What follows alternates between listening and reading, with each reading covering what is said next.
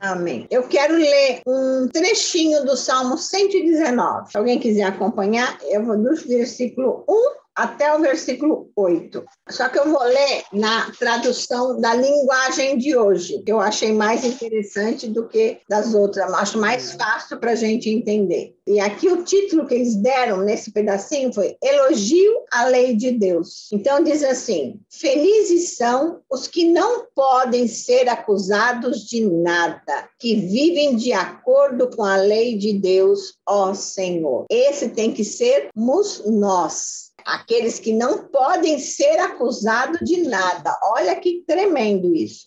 Felizes são os que guardam os mandamentos de Deus e lhe obedecem de todo o coração. Esses são quem? Nós somos bem-aventurados, porque nós temos que guardar a cada dia os mandamentos do Senhor. Felizes os que não praticam o mal, os que andam nos caminhos de Deus. De novo, nós somos bem-aventurados quando nós não praticamos o mal e quando nós andamos nos caminhos do Senhor. Às vezes tropeçamos, às vezes caímos em algum ponto, mas o Senhor é tão maravilhoso que Ele nos levanta, nos toma pela mão e nos faz caminhar novamente. Novamente caminhar aonde? Nos caminhos dele, que é isso que Ele quer, que a gente permaneça firme no caminho. Tu, ó Deus, destes as tuas leis e mandaste que as cumpríssemos fielmente. O Senhor deu as leis. A gente sabe o que pode fazer, o que não pode fazer, né? Quando a gente se desliza em alguma coisa, epa, a luzinha acende, nós vamos correndo lá pedir perdão para o Senhor, porque Ele é aquele que vai diante do Pai para interceder por nós. Ele é o nosso advogado. E nós temos que correr a Ele cada dia que a gente tropeça, para que ele interceda diante do Pai, para que ele tenha misericórdia de nós. Como desejo obedecer às tuas ordens e cumpri-las com fidelidade. Isso tem que ser um desejo do nosso coração. Cada dia, Senhor, eu desejo te obedecer, cumprir as tuas ordens, cumprir aquilo que o Senhor tem colocado aqui na tua palavra, para ficar firme com o meu pé na rocha, que é Jesus Cristo. Se eu der a É verdade. né? Se eu der atenção a todos os teus mandamentos, não passarei vergonha. E é uma verdade. Eu achei essa tradução tão tremenda, assim, tão clara para a nossa mente, porque se a gente fizer tudo que o Senhor manda, não tem do que se envergonhar. De nada. Sério, eu te louvarei à medida que for aprendendo os teus justos ensinamentos. Então, quando a gente tem sinceridade de coração, a cada dia a gente vai se aperfeiçoando no Senhor, se aperfeiçoando no que eu falo é assim, vamos crescendo no Senhor, o Senhor vem nos dando graça, vem nos abençoando, vem derramando sobre nós os dons do Espírito, vem nos dando sabedoria, e é isso que nós devemos buscar a cada dia, um coração sincero diante do Senhor. Aí para terminar, obedecerei às tuas leis, tenho que obedecer os mandamentos do Senhor, e peço-te que não me abandones nunca. Esse tem que ser, Senhor, tem misericórdia de mim a cada dia. Tem misericórdia de mim, porque eu não quero tropeçar de maneira alguma. Eu não quero em momento nenhum que meu pé se embarace, mas eu quero olhar somente para o Senhor, somente para o alto, porque é de lá que nos vem o socorro. Então, Senhor, eu quero te obedecer a cada dia, seguir os teus mandamentos, para que eu não te abandones em momento algum. Amém, queridas? Louvado seja o nome do Senhor. Eu achei esse salmo aqui, esse pedaço tremendo, e quando eu li na linguagem nova de hoje, eu achei mais tremendo ainda, porque é um ensinamento, cada um é um versículo que a gente tem que tomar para a gente e aplicar cada dia. Amém? Amém. Amém.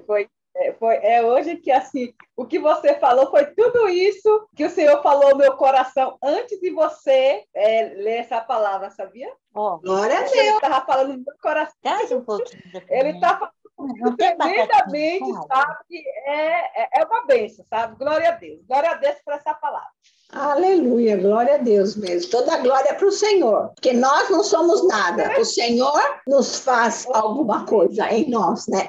Toda a glória é para nós somos. É para Ele, sempre para Ele. É isso aí. Louvado seja o nome do Senhor. né? Hoje nós temos uma convidada, a Silvia, vai trazer a palavra para nós hoje. Ela tem sido uma bênção na reunião de oração, ela participa de tudo. Glória a Deus pela vida da Silvia, né, Silvia? É reunião de oração, é estudo bíblico, é tarde da bênção. Quando ela entrou a primeira vez, fiquei muito feliz. E agora ela está sempre... Só que ela não pode mesmo que ela não entra, senão ela está aqui, firme com a gente. Né? Tem sido uma bênção nas nossas vidas. Né? Aliás, a família toda é uma bênção nas nossas vidas. Então, eu passo a palavra para a Silvia e peço que o Senhor te abençoe e te guarde, viu, Silvia? Que a unção do Senhor seja sobre a sua vida e que você possa falar aquilo que está no seu coração, que eu sei que foi o Senhor que colocou. Amém? Amém. Fique com Deus. Abençoe. Amém. A paz. Eu fiquei até emocionada quando você leu o Salmo 119, porque quando você me convidou para falar hoje, eu orei e falei, Senhor, sobre o que eu vou dizer, né? E o Senhor me deu uma palavra.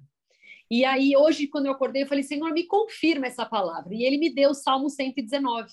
Inclusive, eu mandei por WhatsApp, a Ritinha está aqui, a minha irmã de testemunha, porque eu tenho um grupo de transmissão, que todos os dias aquilo que o Senhor me traz, eu sempre passo. E foi o Salmo 119, né? Olha, agora, então, eu não estou nesse grupo aí, eu não sabia disso daí, viu? É gostoso, né? Acontece isso.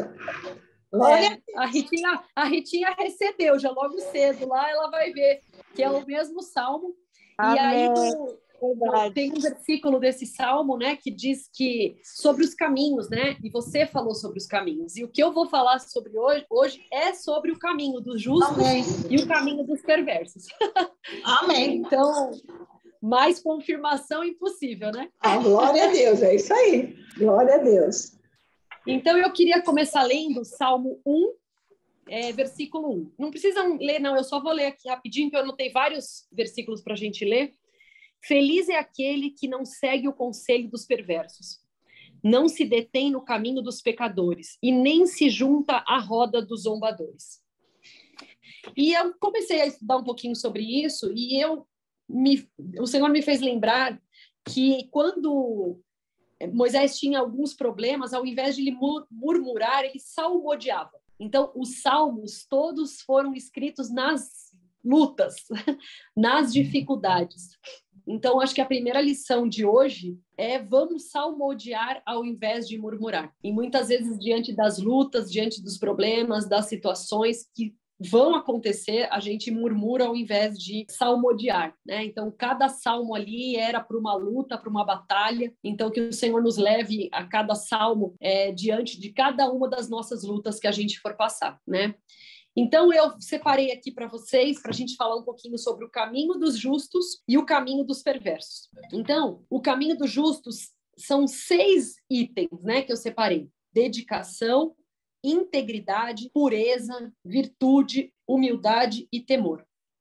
E o caminho dos perversos está em Provérbios 4:19. Eu não vou me atentar muito no caminho dos perversos, não, mas eu vou só dizer o que é o caminho dos perversos. Então, em Provérbios 4:19 diz: o caminho dos perversos é como a mais absoluta escuridão. Nem sequer sabem o que os faz tropeçar.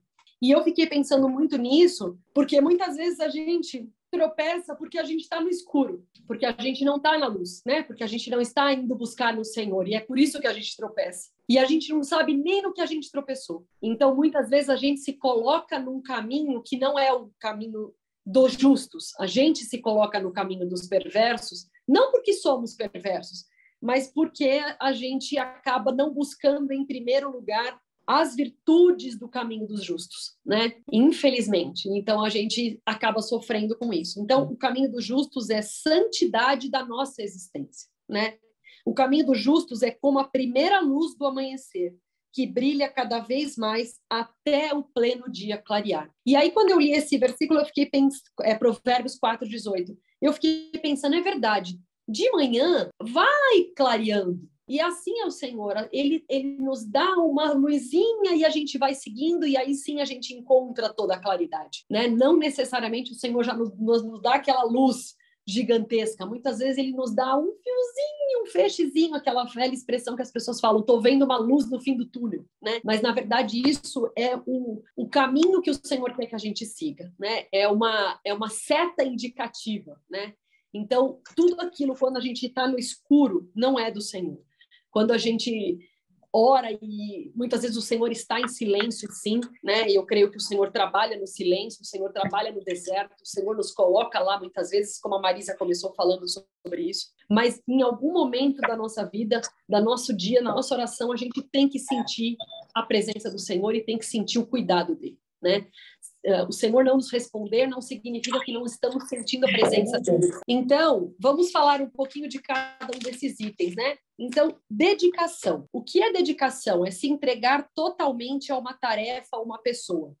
A pessoa dedicada trabalha e dá o seu melhor para fazer uma coisa boa ou agradar alguém. A dedicação a Deus também produz dedicação para ajudar outras pessoas e a procura de dons espirituais que podem ajudar a igreja. Então, eu fiquei pensando muito nisso, porque a gente às vezes é tão egoísta, né? A gente vai e busca para a gente, ora quando alguém pede, mas será que o Senhor não quer nos trazer dons espirituais para que a gente possa ajudar outras pessoas? Então, eu li uma matéria falando sobre as mulheres no silêncio. E eu fiquei pensando muito no nosso grupo de oração de quarta-feira. Eu falei, nossa, nós somos as mulheres no silêncio. Porque muitas vezes nós, como mulheres, donas de casa, mulheres, filhas, enfim, esposas, nós trabalhamos no silêncio, né? A gente não precisa sair por aí gritando, contando o que a gente está fazendo, mas a gente está buscando, né? Então, a gente está se dedicando a alguém, né? No silêncio. A pessoa, às vezes, nem sabe que você está orando, nem sabe o que você está fazendo, mas a gente está ali se dedicando a alguém.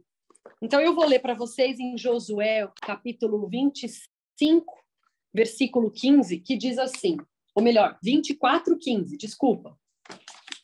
Mas se vocês se recusarem a servir ao Senhor, escolham hoje a quem servirão. Escolham servir os deuses a quais seus antepassados serviram além do Eufrates, ou os deuses dos amorreus, em cuja terra vocês habitam, quem a mim e eu e a minha família serviremos ao Senhor. Então, quando a gente se dedica, a gente escolhe. Eu escolho servir. Eu escolho me dedicar. E nós fazemos isso, gente, de um jeito muito ruim, às vezes. Porque quando a gente também escolhe não ajudar alguém, a gente se posiciona de uma forma dura. Né? Nós somos humanos, falhos, erramos, não somos pacientes ao extremo. Então, muitas vezes a gente não opta por não se dedicar a alguém ou não se dedicar a alguma causa. O outro item é a questão da integridade. Então, primeira coisa, a gente tem que pensar lá, estamos nos dedicando ao Senhor verdadeiramente? Estamos nos dedicando a buscar por dons espirituais, a buscar a presença? Estamos nos dedicando a Ele? Dedicando parte do nosso dia, parte da nossa oração? E não é uma questão de quanto tempo, né? É de que forma e o que estamos entregando para Ele. E o segundo item é a integridade. Aquele que é inteiro significa integridade e sincero em todos os ambientes de sua vida. Somos a imagem e semelhança de Deus e Ele compartilha conosco essa virtude como uma qualidade. Então, ser íntegro é uma qualidade e que o Senhor dividiu conosco isso, né?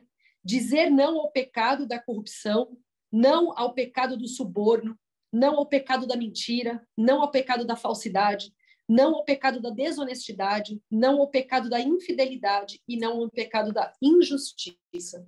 E muitas vezes a gente cumpre uma ou outra coisa. O meu filho me falou assim hoje de manhã, mamãe, eu posso... A minha sobrinha está indo viajar para Brotas, sozinha, com 15 anos, né, uma excursão da escola, e eu falei para o meu filho, eu falei, eu não sei se eu deixaria você viajar, não. Ele falou, por que, mamãe, eu me comporto? Eu falei, então, mas teve um aniversário que você foi, eu disse para você não andar sozinho, e eu peguei você 3 vezes andando sozinho. Ele, mas eu andei 50 vezes acompanhado, e 3 sozinhos. Eu falei, mas sempre é sempre, não é sempre de vez em quando. Então, ou você é íntegro e inteiro, ou você é metade. Não existe um inteiro faltando um pedaço. Então, temos que ser íntegros por inteiro. Então, eu vou ler lá em Provérbios, capítulo 10, versículo 9, que diz assim, quem anda em integridade anda em segurança.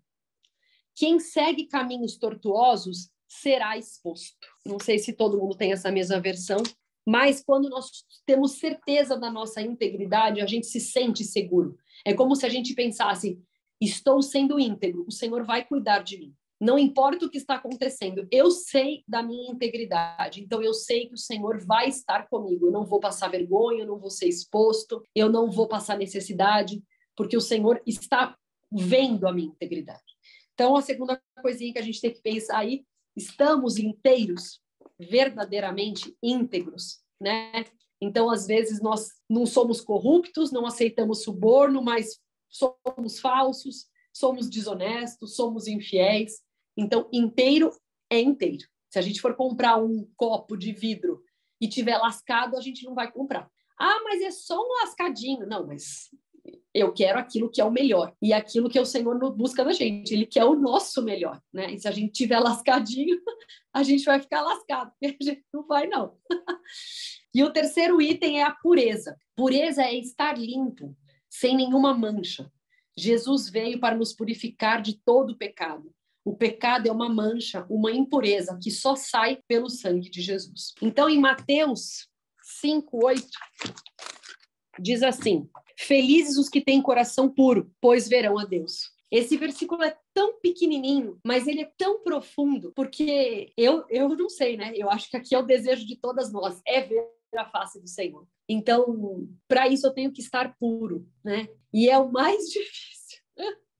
A gente se manter limpo, porque a todo momento a gente se suja, a gente erra, a gente vive no mundo, né? E por isso que o sangue do Senhor, ele tem que estar a todo momento sobre as nossas vidas. Ah, mas eu já fui batizado, eu já entreguei minha vida para Jesus, agora eu não preciso de mais nada. Não, enquanto a gente estiver aqui no mundo, a gente precisa sim. A gente precisa pedir para que o Senhor nos purifique, para que o Senhor nos perdoe. E o perdão é através do sangue de Jesus, né? Senão teria sido em vão tudo que ele fez por nós.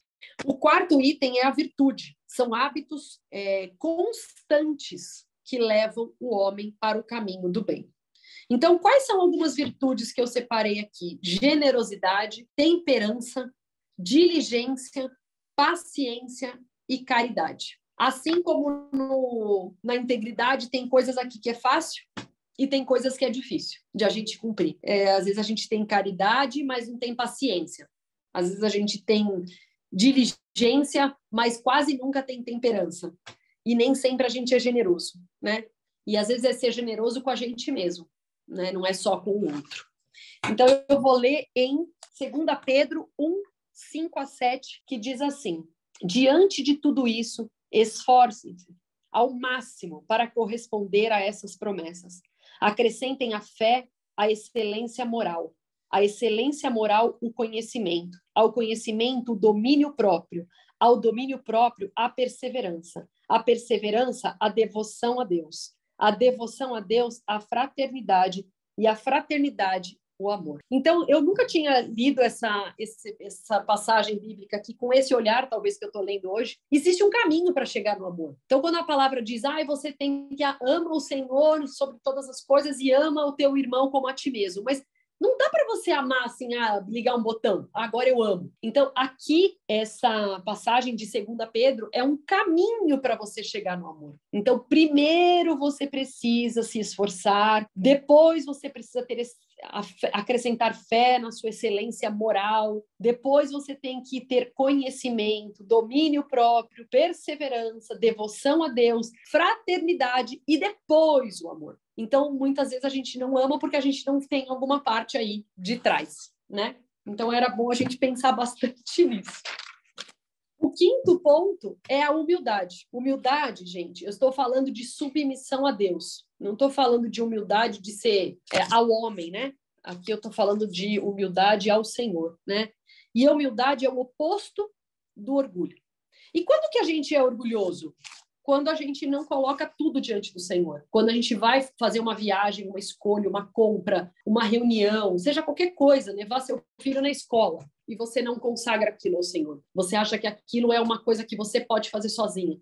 Eu vou lá, pego o carro, vou, levo, estou acostumada a fazer isso. Mas se você não consagra aquele momento, se você não reconhece humildemente que, graças à misericórdia do Senhor, Você pode dirigir, você tem um carro, você tem um filho, seu filho tem uma escola, é um conjunto de coisas. E se a gente não se coloca dessa forma, a gente se torna orgulhoso diante do Senhor.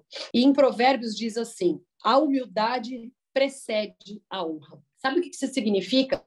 Que eu não vou ser honrado se eu não for humilde diante do Senhor. O Senhor não vai me honrar enquanto eu não for humilde diante dele, né? Enquanto eu não colocar verdadeiramente toda a minha dependência diante dele, de todas as coisas.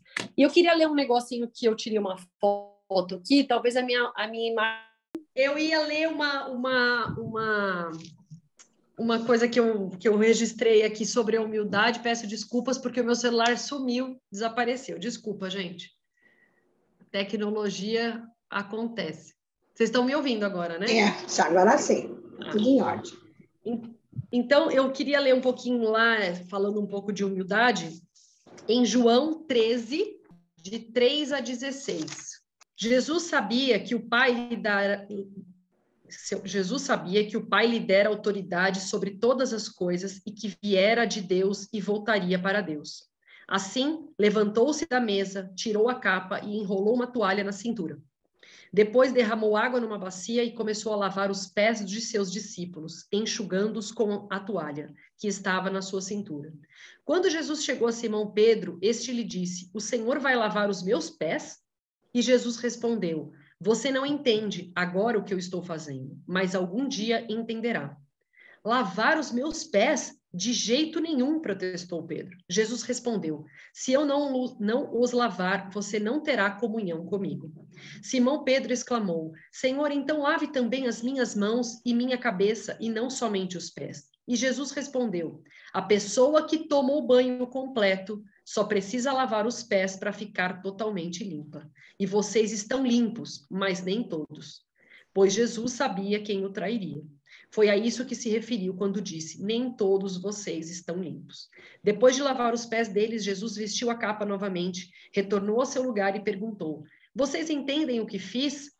Vocês me chamam mestre e senhor, e têm razão, porque eu sou.